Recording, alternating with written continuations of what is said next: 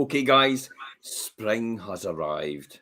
The sun is shining. It may be cold outside, but I tell you what, that it's all about spring. It's all about the motive, the scents, the feelings, the sunshine, everything you'd want to look at selling your house in this market. So, what we're going to talk about today on the show, on the Fife Property Show, is selling this spring. What to expect, the new style trends, and also the top viewing tips. Now, the top two viewing tips are the key essentials here because often getting the right top tips and using it to your advantage as a seller when you're taking people around the property can often get you a better result at the end price. This could be the difference between 10,000 less or 10,000 more, whatever that works out as, because you get the viewing right.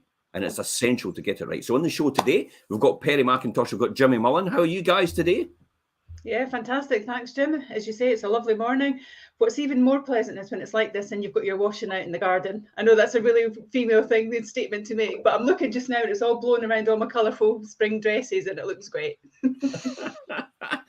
I tell you what, though, there's nothing greater than when you take the washing in and you've got that nice air smell about it. The aroma, yeah. Yeah, it just exudes freshness. And probably for me, that's one of the key things about when you're taking people around in springtime and doing viewings is that freshness in your house. It gives people the impression that they want to live there. Yeah. So do you want to kick off, Perry, and talk to us about, the introduction to this, what sure. it's all about? So, I mean, really what this is about is, spring 22 is here and the property market kind of starts really vamping up and begins here as far as it goes. The Nationwide Building Society has reported a 14% year-on-year price increase from March, Wow. up again from 12% already reported in February. So, it just seems to keep on going. And we're certainly seeing that, guys, aren't we? We've seen the market getting slightly busier. We've seen the prices kind of increasing. I think there's a real commitment now that people have bought into the pricing market. And by that, I mean agents marketing at the right pricing, surveyors marketing at the right pricing. We're really seeing an impact on that. And that's affecting what is the future. I mean, spring's famously the busiest season of the year, isn't it? Not for buying and for selling. And not just because the thoughts turn to the spending, more time outside in the summer for the summer period. Now is when families start planning their move for the next school year, because when you think about it, it does take. I mean, it takes probably maybe about once the conveyancing's done and all that paperwork through is legally. I mean, we could sell a house in a matter of days, or if not 24 hours, or probably even off market, which we do on occasion. But the reality is the thing that takes the longest time is actually the conveyancing process to get it through the legal process, and that could be anything from a month to 3 months to 4 months to 5 months.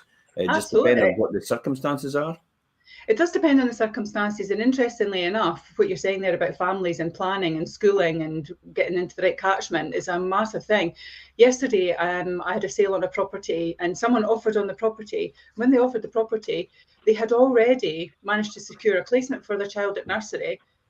They live in the States at the moment. They're coming back to Fife. They've got their child already in nursery, had no idea whether they would get the house or not, but property in a street they wanted, an area they knew, haven't been across the door and just thought, I'm going to have to go all in because that's what I want and it's in the area that I want to be. So people are really starting to plan all the activities around actually the home and what the home brings. I mean, Zuper's already seen that slight increase in the number of properties for sale. I mean, up 3.5%, I think it is, in the 4 weeks to the end of March. I mean, that's a welcome relief, really, for buyers who've been waiting in the wings throughout winter because of the shortage and supply. But what does it mean for sellers, Perry? I think for sellers, what it means is that they have got more freedom as well, because sellers are also buyers. Yeah. So, a seller's in a fortunate position then where actually all sellers become buyers at some point, unless you're a first-time buyer. So it's that knock-on effect, isn't it, where everyone then has the opportunity to achieve what they want to achieve, and there's more for them to choose in the market. And sellers actually then don't have this fear factor, Jim, do they, of what if I'm going to be homeless? So they're starting to see other property coming on that they're quite liking.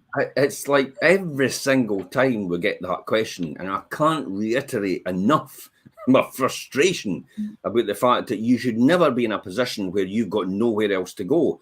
And that could never happen unless you choose to, because the reality is you're the one that accepts the offer, and you're the one that accepts the conditions surrounding that offer, and you don't need to accept it if they don't match what you want. Why bother? If you're not on the market at this point in time, but look at it this case, you're not in a good position as a buyer. That's the reality, because Absolutely. the seller won't entertain you. If you are on the market, and even though you've not sold because you refuse to accept an offer because the conditions aren't right, it's one step ahead of not being on the market at all. And you're still in a more attractive position for a seller to accept your offer, whereas you're not if you're not even on the market at all, and you can't buy before you can sell. It's true, though. I mean, while more availability does equal more competition, it spells good news for finding your next home, as long as you're in a ready position to go. So to give you the upper hand in selling your home and finding your next one, the blog that we're doing today is really about essentially spring viewings tips, the latest designs and trends that'll help your house stand out, and make you the tallest daffodil in the bunch, basically. Let's say a couple of good mornings. Good morning, Angela. How are you? If you've got any questions, please feel free to ask them about today, about selling in spring, what to expect, new styles, new trends. If you've got any ideas yourself, please feel free to mention them.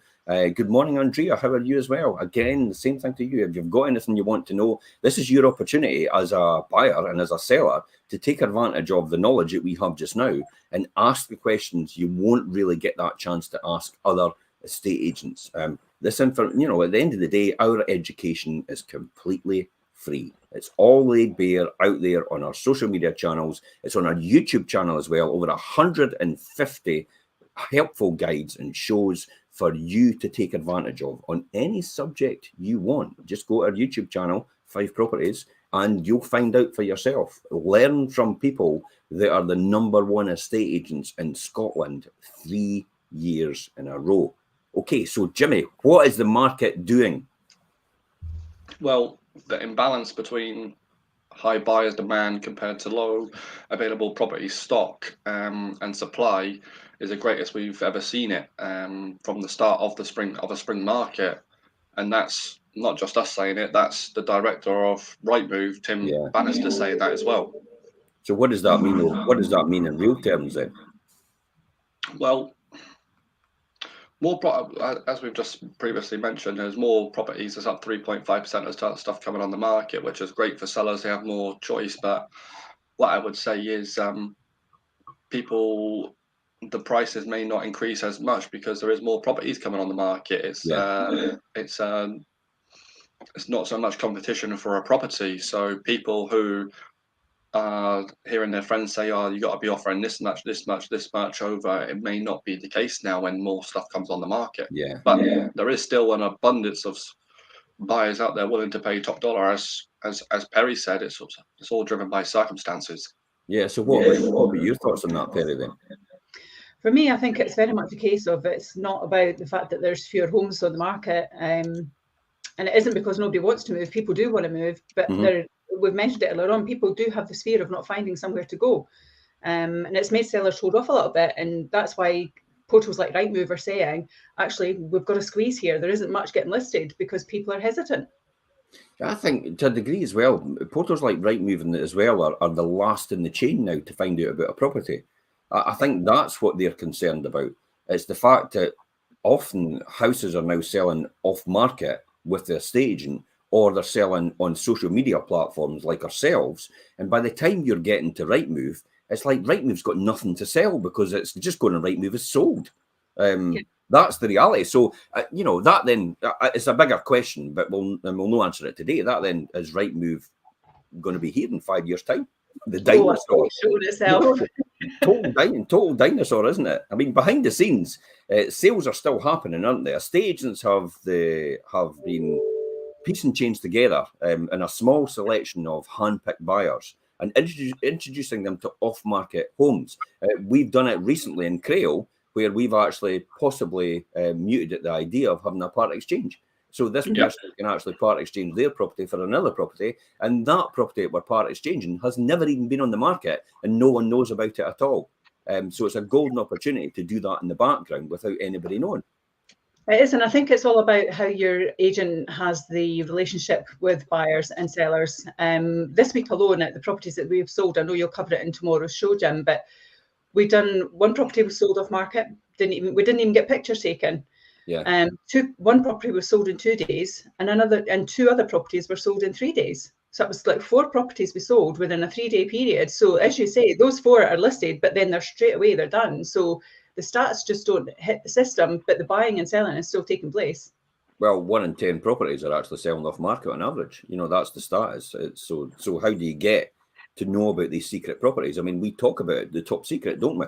We purposely do that. I mean, I'm really enthused about the fact that we're the first agent in the whole of the UK to do this and talk about top secret properties. So this is properties we are going out to value. So we've not even been instructed, we've not even done anything else, but we're telling you in advance what type of property we are going out to, and also the general area that property is in, and the price point we think it's at as well, in order for you to know way in advance to everybody else what to expect and what's coming up, to get your ducks in a row beforehand. So watch out for top secret. This is going to be done all the time on our social media channels only. That's the only place it'll appear.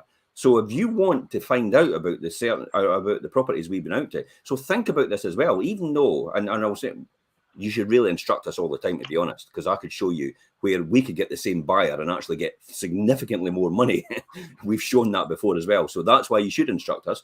But in the case that you think about the, you know, oh, I'm going to go for a cheap fee because it's a cheaper agent, it's like, well, it's not a cheaper agent because it'll end up costing you more money in the long run.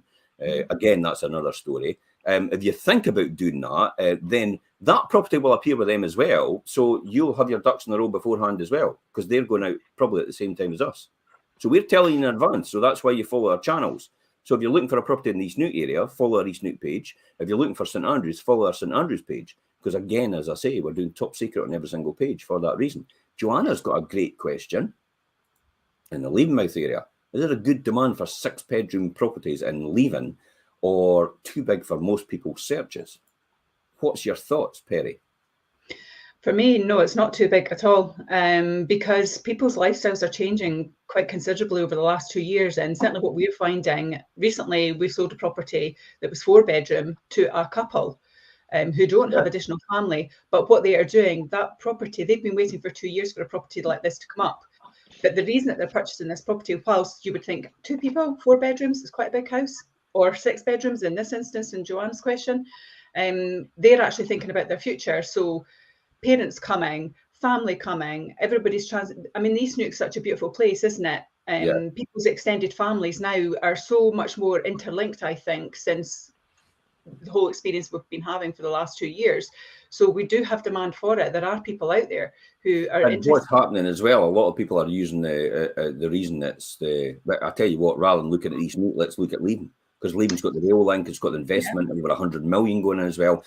Probably a typical example of that, though, is look at Airlie Lodge. I sold Airlie Lodge. Now, Airlie Lodge is 6 bedrooms, massive bedrooms, and 6 public rooms as well downstairs.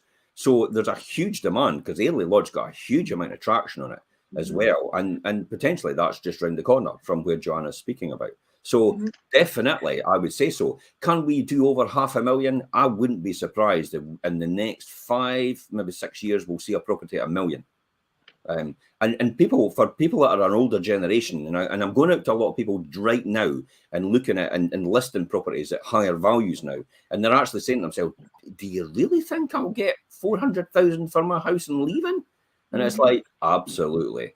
Because times have moved on, finance is cheap, average earnings have raised up, banks have become more creative, still do risk assessment, remember, banks do, to protect the economy, and they're obviously their bank, but they still do risk assessment, but their products are becoming more creative and doing things. Plus the fact as well, anybody upgrading to your house at that price point will obviously be selling a house probably just at a lower price point below that, which will have that comparable increase as well, the proportionate increase. So it's like for like. You're trading like for like and upgrading, and all the difference is the difference between your house that you've just sold and the house that you're moving up to. Plus the fact from further afield, I mean, we're hitting all the markets in our top searches for London, Glasgow, Edinburgh. People in lockdown now have just come out of lockdown. They're thinking, why am I living in Merchant City in a 2-bedroom flat, it's costing 450 grand. If I can go to Leavenmouth and I can have a period property at a starting point of 360,000. That's a plug for my one I went on yesterday, by the way. At Links Road. But when you think about it, wait a minute, 2-bedroom flat in Merchant City, it's like, and now I can live in a period Victorian property, just a stone's throw away from the beach and everything you'd want, and that total lifestyle. Why on earth would I be living in Glasgow? And that's what a lot of people are actually realising now, coming out of lockdown, is I don't need to live in major cities anymore. The price point's a huge comparable difference. Why would I not just live in a coastal village in a coastal town and have that lifestyle choice? And actually, the 6-bedroom question, Joanna, as well, is a good one in so much as that lifestyle choices, because actually people, well, it might not have additional reception rooms, or the reception rooms function as a specific thing at the moment, the bedroom becomes a home office. So people are saying, well, actually, I need 3 bedrooms, but I need another 2 because I need 2 home offices because me and my partner work at home. Yeah. So do you see a big demand as well, Jimmy, for properties in Leiden area are bigger?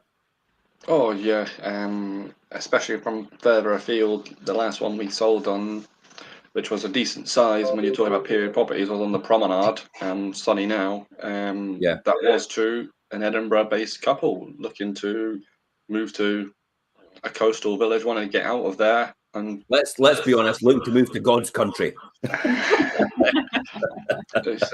But every room looks over the sea. What more could you want than that? What more could you want, eh? And literally, you just walk out your front door and you're on the beach. And then, as well, you've got that slipway just along the road, which is ideal for jet skis. It's ideal for taking your kayaks down. It's ideal for taking a smaller boat down as well, the ramp. So it's actually perfectly positioned for that, isn't it? Yeah, I just love it. As you all know, I've probably bored everyone senseless with my morning videos, but I go there every morning and it's just the best place to be. Okay, so the key about this is, what's the market doing? Accepting an offer today doesn't mean you're moving out tomorrow. You've got to realise that. There's this fear in everybody's mind. It's conditioned by the way everybody's talking about it. But without a buyer in place, you'll miss out on the homes that never make it to the market. I mean, that's I think that's the message from here, isn't it? It's without a buyer in place, you'll miss out on the homes that you really want. You miss out on your dream home. Yeah, because what I would say to you as well, Jim, you'll know yourself, but my family and this is what I live, sleep, and breathe. You know, so when I'm going out to see people value property, as soon as I walk in for the door and I'm speaking to them about their want, and I'm thinking, oh, I've been out to this one that would suit them. I've been out to this one that would suit them, and I'm getting all these thoughts through my head, and I can line up viewings off market or get them in to see that. I can do house swaps, but if I'm not seeing your property, I can't help you, and I can't advise even properties that aren't on the market that your property is going to sell quickly because I haven't seen it, and I can't tell you what you need to do to get the best price as well, and I can't tell you who's out there that might be looking for your property. Yeah, it's that position that if you're not on the market at all, you're not even in a position to do anything. Joanna actually puts it right. She's saying there, that's my fear of having to move quick. A lot of people will feel like that, and I guarantee you should not feel like that, because we know how to manage that correctly. Now, I'll tell you a story about University Avenue in Pittenweem. Now it's settled. When it went onto the market, it was on at 300,000. And everybody laughed and says, you'll never get that for that house. And I said, you're absolutely right. We've got 350,000. But equally as well, we managed to get an entry date to agree to 12 months and actually have a non-refundable deposit and concluded missives as well. So the person couldn't back out. That was key. We waited just for a wee bit longer. Maybe a month longer we waited to get that offer. And that month longer actually allowed us to get the right buyer in the right circumstances to make that happen for the seller. Luckily enough, the seller found their next bit straight away, and they were able to bring it forward from August this year to January, and January and February, which was ideal. So it fitted in for everybody, didn't it? And that's a classic example. That happens every time we want to make it happen. And we can make that happen for you. Definitely. Guaranteed. It's this perception that people believe that they're going to be without somewhere else to go. That will never be the case unless you choose that as the case. But we'll stop you from doing that, by the way. Because you don't know what you don't know, do you? People don't know what they don't know, and it's our expertise that knows that, and that's how we're able to educate you as a result. And that's why we have put so many helpful guides on our YouTube channel to allow you to do that. So remember and subscribe to the YouTube channel, because when something like that goes on, you get to know about that straight away, and you can decide if you want to read it or listen to it. There's a podcast there, there's a show there, there's also an article which is 4 minutes long. So it's entirely up to yourself how you want to do that and what format and medium you want to consume as a result. What's the next one, Perry, we want to talk about? Getting prepared. So your spring viewing prep, especially now the clocks have gone forward as well. We're really noticing that, aren't we? The brighter mornings, the brighter evenings. It's kind of making you want to get out in your garden and do things. So more viewings happen in daylight. People don't tend to want to look at a house when it's dark. So buyers often make their decisions on their initial visit, to be honest with you. They get a feel for it as soon as they approach it. So that's your curb appeal, it's how the building looks, it's the feeling when you walk indoor, it's the colour, it's the smell, it's the warmth, it's the general overall sense of positiveness that you're trying to create. So it makes it essential to get things right for the first time round. First impressions, we all know that once they happen, you've either got it or you've lost it. So our seasonal viewing tips will ensure your home is filled with the joys of the spring, and that's what we're hoping to talk to you about today and give you some tips about how you can do that. And there's various options here. So clearing your decks is a big thing. So we've all been stuck indoors in the winter, so we've got pretty much clutter everywhere, haven't we? So, and I know I have, because I'd had to go last weekend and get some kind of stacking boxes and things to start tidying up wardrobes and stuff like that and just get organised. But Google searches for decluttering went up by 700% at the end of 2021. I think because we were all at home, weren't we? And we were kind of looking around thinking, oh my God, I've got stuff everywhere. So, and I know I've done it. And that's after me even moving in October, decluttering, and I'm still finding I'm having to tidy things. So, you know, there's definitely a part for that. So perhaps you've already got ahead of the game and you've done some decluttering, but get rid of your clutter isn't about stripping away your personality either, though.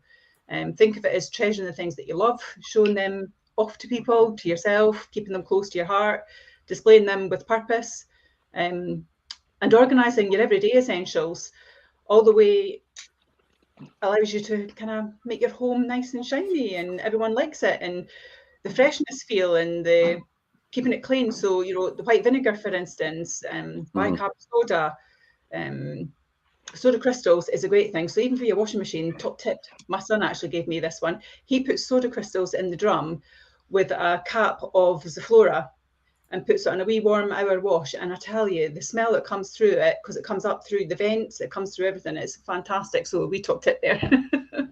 I use it. Just a quick one. I put this on for Joanna. Fear must hold a lot of people back. So I've just put that on a ticker table on the bottom. What does fear mean? FEAR, false expectations appearing real. There's only one thing that can happen in this scenario. So why would you spend all that energy, wasted energy, on actually focusing on all the numerous things that could happen if only one outcome can happen, and we could make that happen. And you're absolutely right. Just to jump back to that, Perry, it's all about this freshness, isn't it? It's all about the freshness in the home. Jimmy, what's your thoughts on when you walk into a home for the first time? Well, before you even walk into the door, people will do a drive-by of your property before they see it. So that's a good starting point. But yeah, bright, airy, and fresh smells are essential, especially when it's spring now. You can get your windows open as well. And what we'll be doing is you can hear the birds tweeting in the background, etc. So all those little bits and bobs are going to certainly help. It makes a huge difference, doesn't it? It's almost like you should maybe bus in some of these air freshener things that put certain scents out through your house. Put on some music of birds chirping in the background. So I didn't think you get away with the whales, because obviously that's in the sea.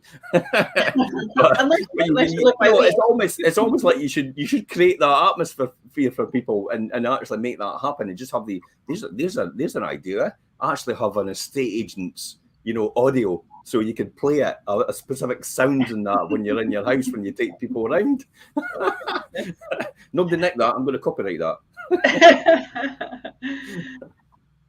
But it is that feeling as you walk in the door for the first time. You're absolutely right. It's the scents. It's the It's the all. But what about all weather? Do we have to think about that as well? Oh, I think we do, especially just now, because I mean, we're living in light is what we're talking about, aren't we? And Yeah. what does light do and sunshine do? Shows off all your mess and dust and dirty windows and things like that. So with brighter and sunnier days, every detail of your home is thrown into sharpness, isn't it? And you can really see things a lot clearer. So make the most of it by opening up your windows and your blinds and getting them all dusted down, pulling your curtains back, polishing your windows, your mirrors, your surfaces. Hence the comment about the white vinegar thing and the lemon, because again, it's streak free and it makes it really nice and clean.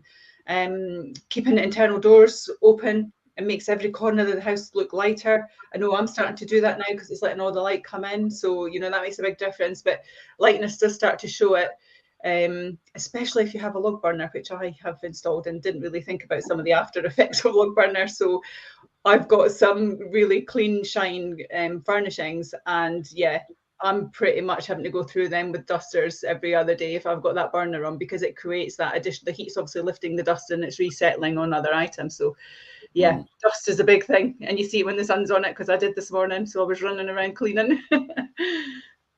I'd be interested to know, for the people watching, you know, when you walk into a house for the first time, you know, the fact that it's dusty, it's maybe got streaks in the windows and stuff like that, does that actually put you off the property, or do you just see through that completely and just think, well, I can sort all that out anyway? Because you know, I know what my opinion is, based on the hundreds, if not thousands, of viewings I've done in the past.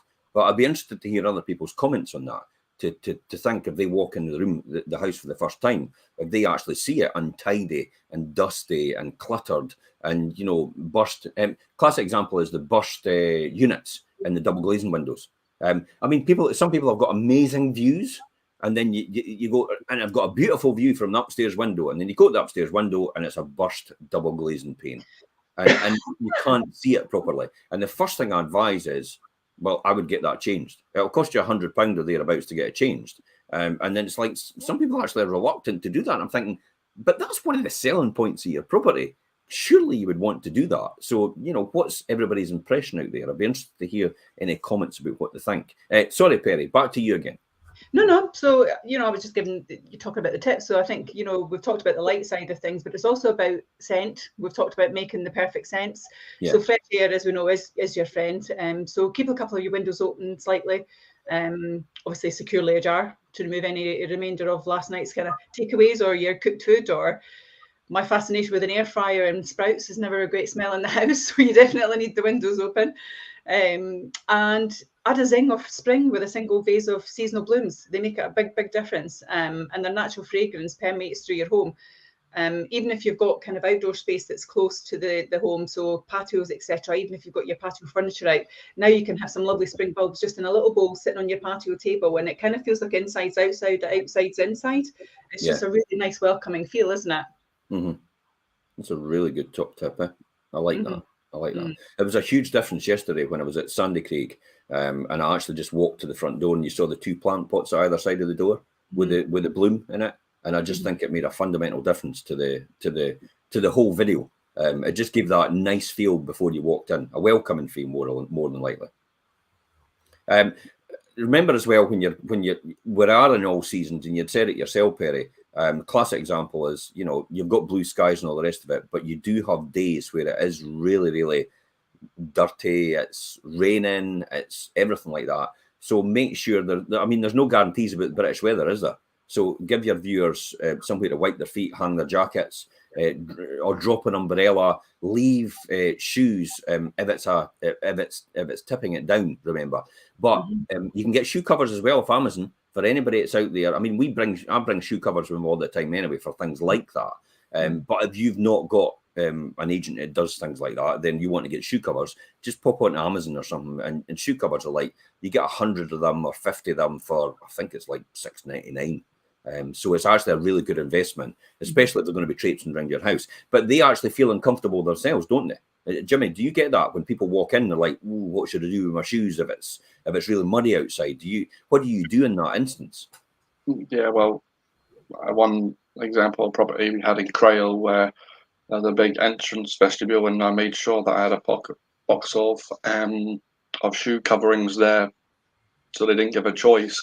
But the client actually had a a little basket for everybody's umbrellas before they came up because it was raining outside. So being prepared like that is vital, because if they first of all start off uncomfortable when entering the viewing, they ain't going to feel relaxed and be able to take in the whole property. So making it as easy for them as possible to take them on the tour and show them where they can we live in is essential ultimately. It is having that relaxed feeling, isn't it? It's making people at ease when they're actually doing the viewing, so they don't feel so stressed out. Probably sometimes I actually recommend on your first viewing for a family, actually, if you've got young kids and you know fine they'll be quite disruptive, is you know, don't take them in the beginning for the first viewing, because you really want to make a proper decision and have all the facts. And it's quite difficult. I know what it was like with a young family with everybody running about everywhere and the amount of stress that causes. And you never really actually get a chance to take in the full effect of being actually in the property and actually feeling if you can live there as well. You know, maybe in the second viewing you can take the kids back and let them, you know, have a feel for it as well and get their feedback. But initially, I think you should maybe just do that yourself. I mean, that's a good top tip for viewing for families.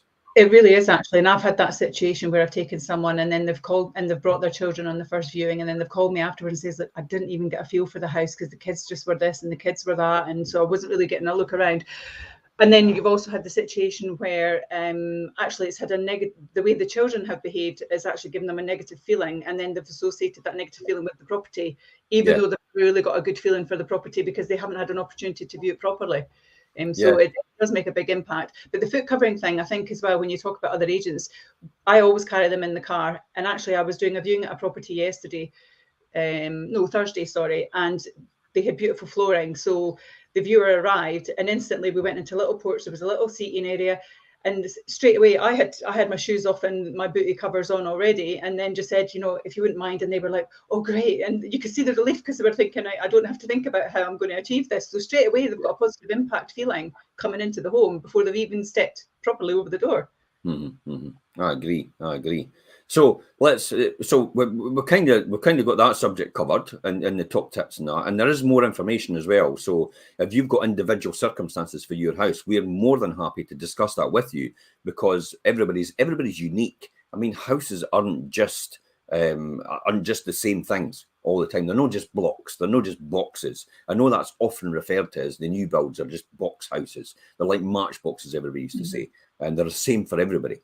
But the reality is you've made it a home, and it's what you've made it will appeal to someone else. And it's that feel that we get when we walk in the door that we're able to use to maximize the digital marketing online to get you that right person through the door, which will pay top dollar for your house. That's really what comes down to. So let's talk about spring trends. You know, the trends for 2022. Jimmy, are you wanting to kick off with that? What is the trends for 2022? Well, I would say it's a love of, not that am I trendy? I don't know. But a love of texture and patterns really continue, adding layers through like natural and materials, rather than having to do a complete makeover of the house, because a lot of people, there's a lot of work that you need to do and not exactly sure of who's buying your property, so it's making it really appealing to most.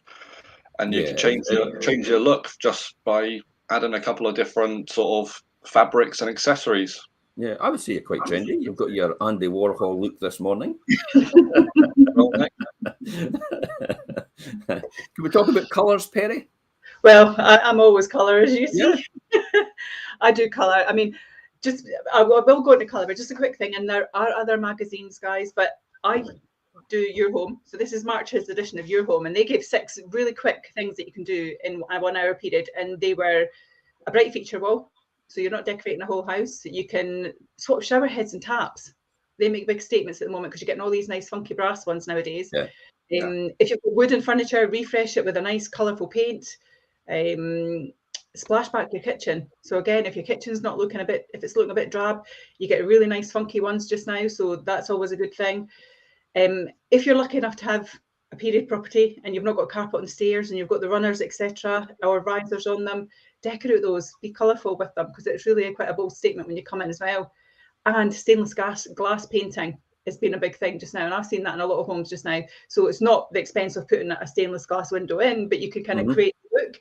So they were my little 6 things that I wanted to kind of top tip on the magazine that I was looking at, because I've been taking a few trend ideas. But colour wise, this spring is all about greens and sages and eucalyptus and olivey colours, mints, just really calm, natural colours, I think is what we're seeing just now.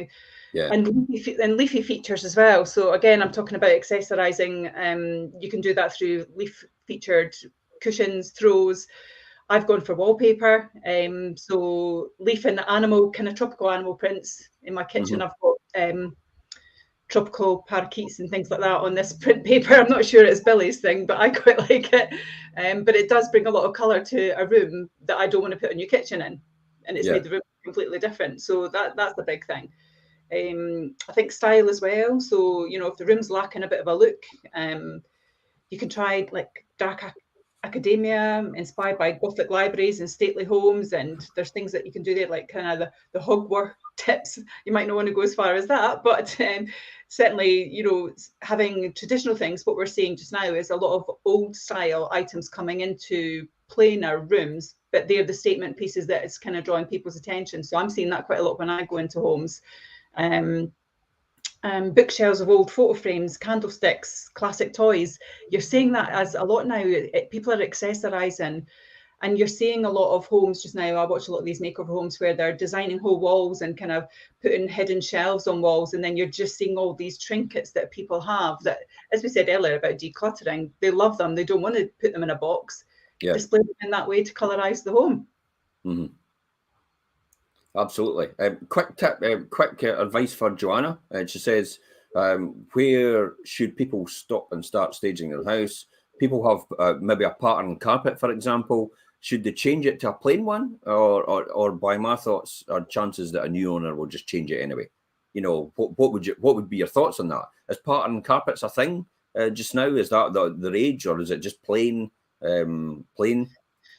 No, I think we are seeing patterns, aren't we? Not just in carpets, but also in tiles. So what we're seeing there, Joanna, when we're doing viewings of people's homes, is they've got the statement on the floor, but then the walls will be plain. The walls will be a neutral colour. So there'll be a warm kind of pastel colour of some sort.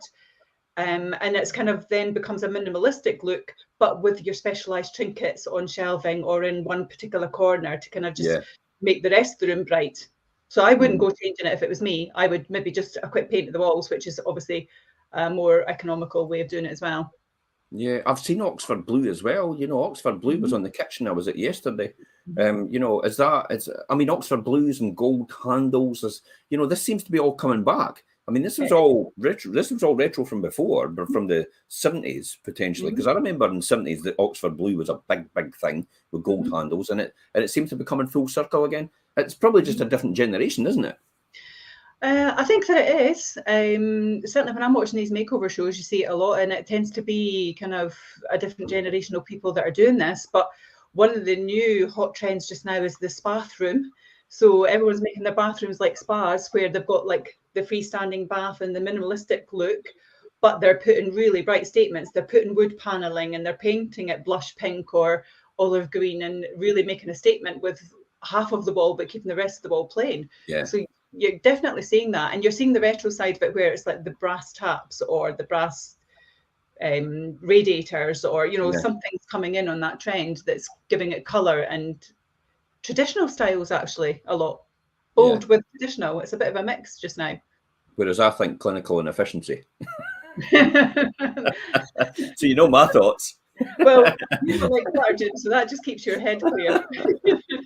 Jimmy, what are you seeing in houses just now? You know, and some of them, you know, they really talk. I mean, you're putting on some wonderful properties that look absolutely amazing inside. So what are you actually seeing coming through? Is this what you're seeing?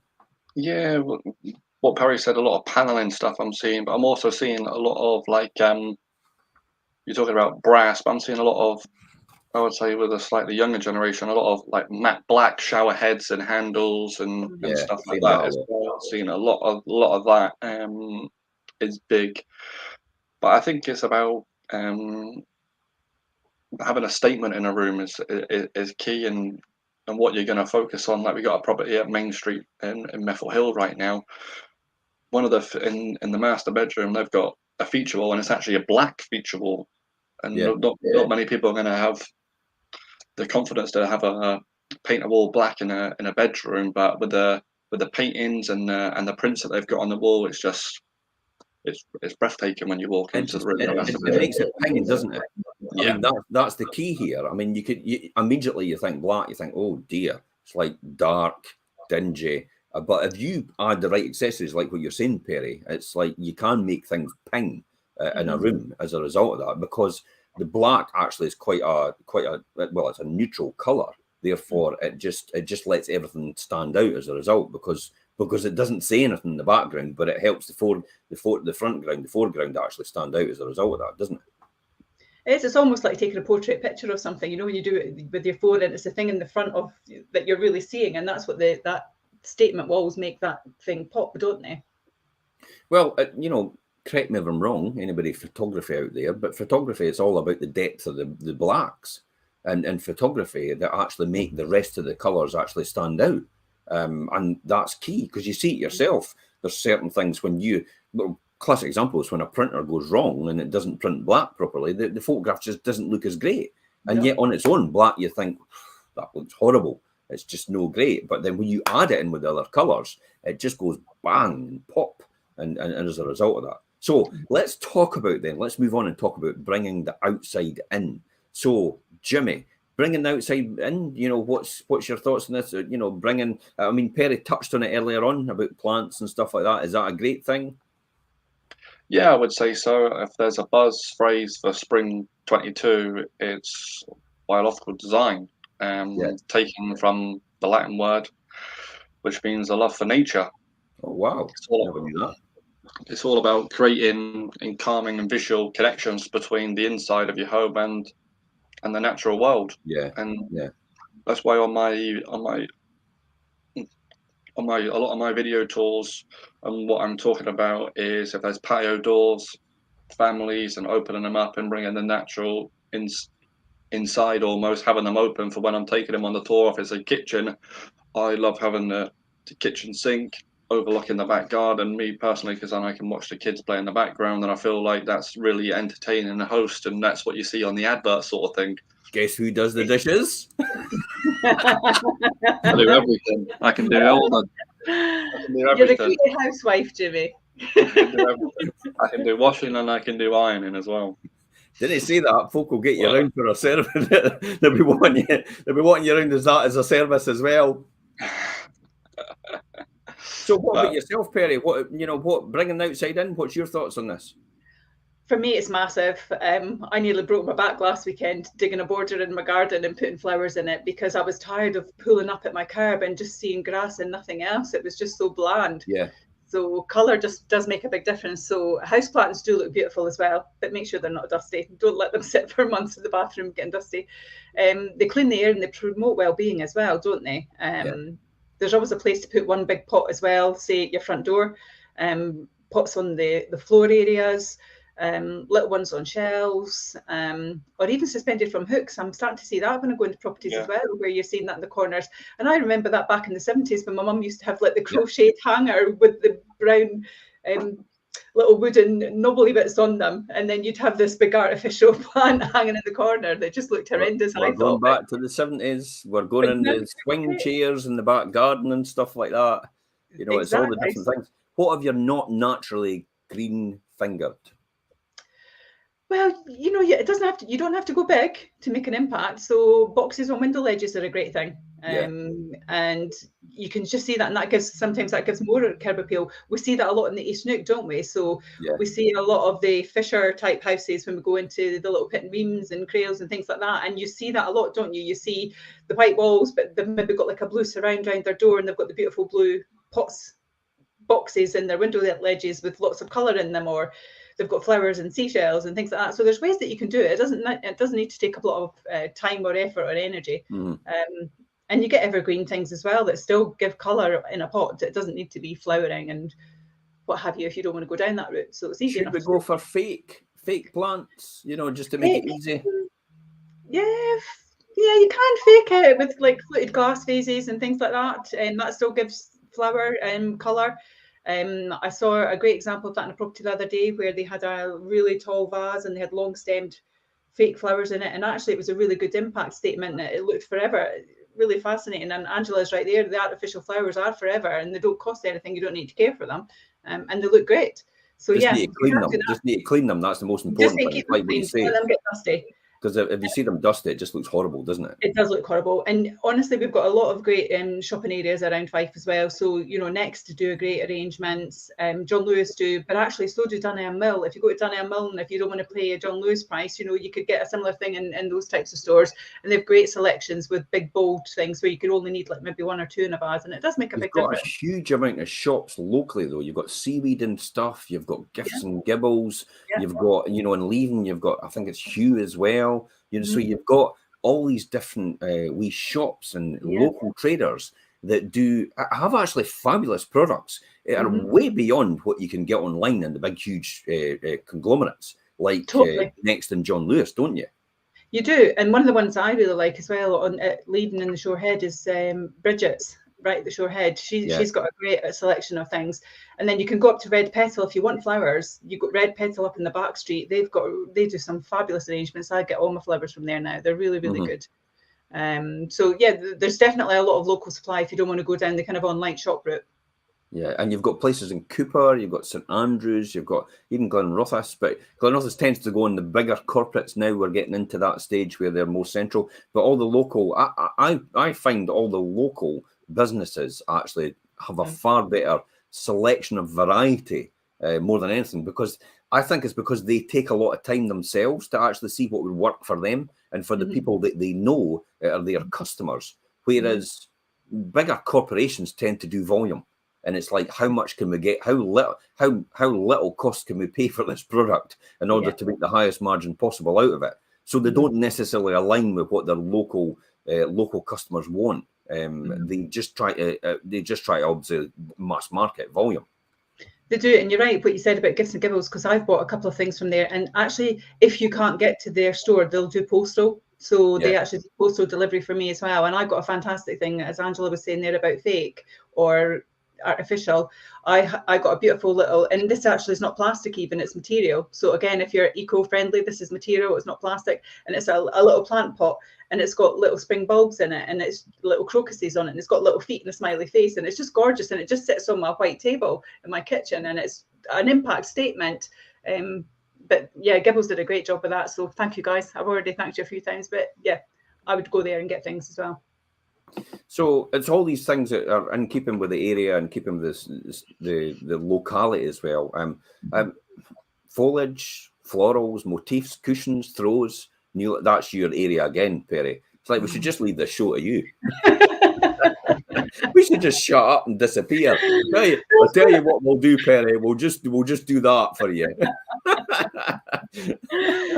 Yeah, it's kind of my area, and I do like throws and knickknacks.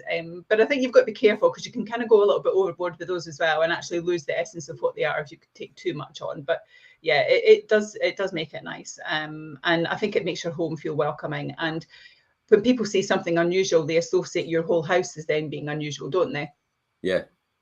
It's not that one item, it's everything then it becomes about the property that's unusual for them, and they like it. So it does make a big impact statement. So throws are great. So again, if you've gone for plain walls or one neutral coloured wall, then you can go colour. But if you've gone with statements, then you maybe just want to pick one colour out of the statement and then marry those and coordinate to that one colour. It's true. I mean, everyone loves that charm with the parks and the gardens and the forests, and we're really hardwired for nature. So tune is the right thing to do, tuning into it. Andrea makes a good comment for people that are a bit apprehensive about getting started in this. I'd suggest that you live in a house for a bit and then decide how to decorate. Colours can look different in winter than when you decorate it in spring, and you don't want to have to go and decorate it again. This is actually quite important, because this actually comes down to lighting as well. I'm a big fan of natural daylight light, which is white light and not yellow light, because I believe that what happens, well, I know what happens is when you put a yellow light bulb in, it changes the colours in your room and it makes it completely different. Whereas daylight light is actually you could put the lights on, you actually don't realise it's on. Mhm. And all the colours look what they should have been in any situation. And shops use this all the time, don't they? They Mhm. use different lighting in order to make their colours look exactly how they want to make. That's why you often take them home and put them on your wall and go, that's not what I saw in the shop. It's like, it's a completely different colour. It's like Exactly. and then you take it back to the shop, and the shop then spends hours, people that don't understand what's just happened in the shop, and they try and mix it again and try and get to the colour, and you take it back again and think, it still doesn't look the colour that are on that top or the paint tin. And that's because they're using the correct lighting at that point in time in order to sell the product. And 99 times out of 100, you're not going to come back and you're just going to use it. And you don't realise it's a completely different colour anyway. So I think for me, I'm kind of disagree with Andrea. Move in, make sure you have it right first, make sure you're comfortable with the house, and then you can start to accessorize and start to do exactly how you'd want. Often a lot of people are prepared. I mean, I know you're prepared, Perry, because it's like, I know exactly what I'm going to do. It's like living grand design straight away. As soon as you walk in the door, I'm going to rip this place to bits, and I'm going to do that. Whereas that's tend to be a bit somber. It's like, let's move in and do magnolia and white now. And then we can work on it as we go. Make it tolerable and livable just now. I grew up in building sites, though. You know, my mum and dad, that's all they ever did. They renovated the houses, and we lived in it as they went. I never moved into houses that were ready to go from the beginning. I more or less moved into a building site and lived in it at the time when we were doing it round about us. I'm not wanting any sub stories here and getting the violins out. when Jim, when Andrea suggests living it first, though, she doesn't mean for decades before you do it. Because you're not. You know what happens when you're ready to sell? That's when you actually make an effort to do it up. And I'm thinking, why not do it up before then and then enjoy it and then sell it? But often that's what happens. I used to have a standing joke about the fact that, you know, when it's like, oh, I've got this done, I've got that done, I've got this done, I've got that done. And I'm like, okay, so you'll be ready to move soon then. And it's because that's what usually happens. Once you've finished everything in the house, it's like, okay, we're probably going to move to the next one now. It's just a habit for some people. They can't sit still, if that makes sense. I would say all the time. They just can't sit still. They have to do it. They have to keep going. It's like, oh, right, I need the next one. I'll get the next. Listen, don't move because it's probably not the right decision. Just buy an investment property and do it up, and then take it out on all that, but actually make money on it rather than it costing you money. Cost you money. Now, I shouldn't say this as an estate agent, but really, it does cost a lot of money to move, doesn't it? And the reality is, if you don't really need to move, then for goodness sake, if you really want a project, go and buy an investment property and do that one up, and then make money out of that, because you're making money out of the other one. You're not making money out of the other one, if that makes sense. The first one, it just costs you money because it costs you money to stay in a house and live in a house. It appreciates in value, but then it appreciates with everybody else. So when you move to the other one, either downsize or upsize, it's proportionally the same price. Whereas if you invest in a property, it's completely different. But that's a different show. Watch the Wealth Creation Show. Richard's going to be on that 12:30 Monday morning. There's a plug straight away. Let's talk about, okay, we've briefly gone on about it and taking the inside out. How do we go about that then? Let's, it's over to you, Perry. I know you're bursting to tell everybody all about that. I can see that in you. Let's go for this then. Come on, give us your best top tips. I mean, for me, the lines between the two things are intertwined, I think. And in spring is definitely the time to do it because of the colour. I mentioned at the opening, even just about the colour in the washing. I can see it from where I'm sitting. But gardens and balconies are more valued than ever now. Even when I look in my street and I look at the back gardens, the amount of people now in this street that have got outdoor spaces and outdoor living houses and summer houses and bar areas. Everyone's really big on their gardens. I had a guy opened his shed and he went, ta-da! And it was a full kitchen. I was like, with the barbecue as the cooker. Yeah. It's like, and I couldn't believe this. It's like a full kitchen with barbecue as the cooker and the fridge at the side and everything like that. And I'm like, oh my goodness. I've never thought of that. Yeah, it's unbelievable. And everyone's doing it. And I think people are looking to make cozy rooms outside. So, you've got those summer rooms. A lot of people are doing that and putting log fires in outside spaces. But even without al fresco dining, and the temperatures are obviously, although the sun's out, it's not exactly warm today. you can still show your viewers the lifestyle that you can look forward to having. So, you know, if you make a home work and you've got that outside space, then people will suddenly see more than just a house. And actually, if there are certain limitations in a house, because your house is the size that it is, you can create additional benefits in the garden. Yeah. And so I think it's really important to do that and create that living space outside. And everybody's looking for that now because everyone's been at home. Are you seeing this as well, Jimmy? You know, outside, you know, the people taking outside space and creating outside spaces for yourself. Has it become more prominent? Yeah, I see a lot of home offices in back gardens right now. Similar to what you said, Jim, yesterday, I had someone who had recently in St. Mona's, he called it the Hobbit House. He had a little Hobbit house hut where he had all his paperwork, where he had all his paperwork in, working from home. So yeah, I see a lot more of that right now.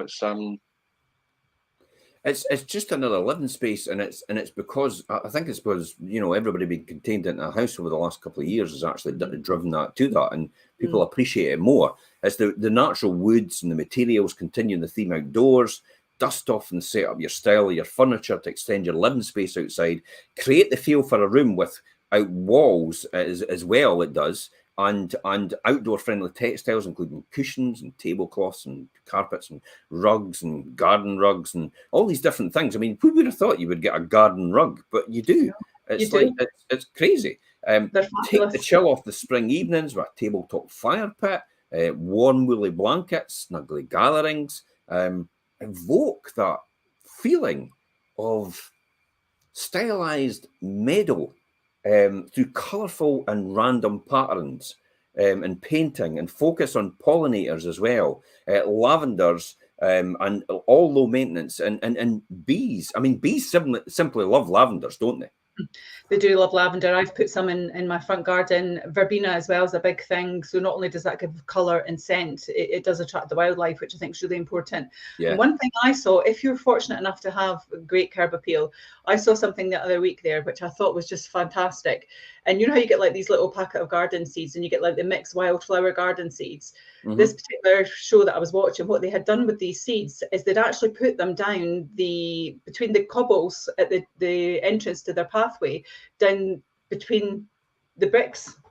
And so the flowers were growing up outside before you even got into the garden. It was fabulous. It just looked amazing. That's so it was just naturally growing. Isn't it? Because normally we just accept weeds in between there, and if you put them in, it's a big difference, isn't it? Oh, it was beautiful, Jim. I'd never seen it before, and I thought I'm going to do that. So last weekend when I weeded everything, I've kind of done it to see if they're going to grow. So I'm keeping my fingers crossed because I think that's a really nice feel. But I think the outside space, definitely. I think people want to hear birds as well. I mean, I love bird feeders. You do need to keep things clean because the poop. But you know, you can do that as well. And where you live, Jim, you must get squirrels and everything up there as well. So it's about bringing the wildlife into your garden. And when people see wildlife coming into the garden, they're associating all these fresh colour, smell, animals. It's all positive vibes, isn't it? Which is what people are looking for. Yeah. Absolutely. I think that as well. Let's wrap up here then. Okay. So what's your final thoughts on this? Is this, I think at this time of year, it's probably key, isn't it? I think it is key. I think we've all been indoors for a while, so you want to get outside naturally anyway.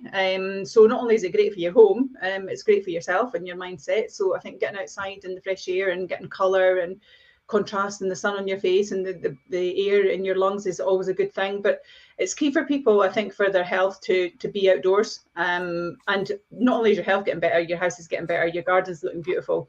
So it's a win-win all round, isn't it? Yeah, absolutely. I mean, my final thoughts on this is like we are coming into the top season. You know, we're into spring, we're into summer. This is when people do think about it and think about how that extension to their garden and maybe their conservatory, their sunroom would actually allow them to move out into more space and have that living lifestyle that they craved in lockdown. You know, that's the reality. And it's now throwing that into light. I mean, this will probably fade in years to come, this thought process, but right now it's on trend. And right now that actually gives you an upper advantage as a seller in order to get the right person who will agree to all your terms and buying your house, even your entry date, and have a real flexible entry date, so you don't actually need to, you can have time to look for your next place and give you exactly everything you want. Time is your friend. Yeah, absolutely. And on that note, guys, thank you very much for coming on the show, and I'll see everybody else on the Fife Property Show. Bye-bye for now. And it's goodbye from him. See you later. Goodbye from her. We'll get that right sometime, eh? I got it right. Take care, guys. Have a great weekend.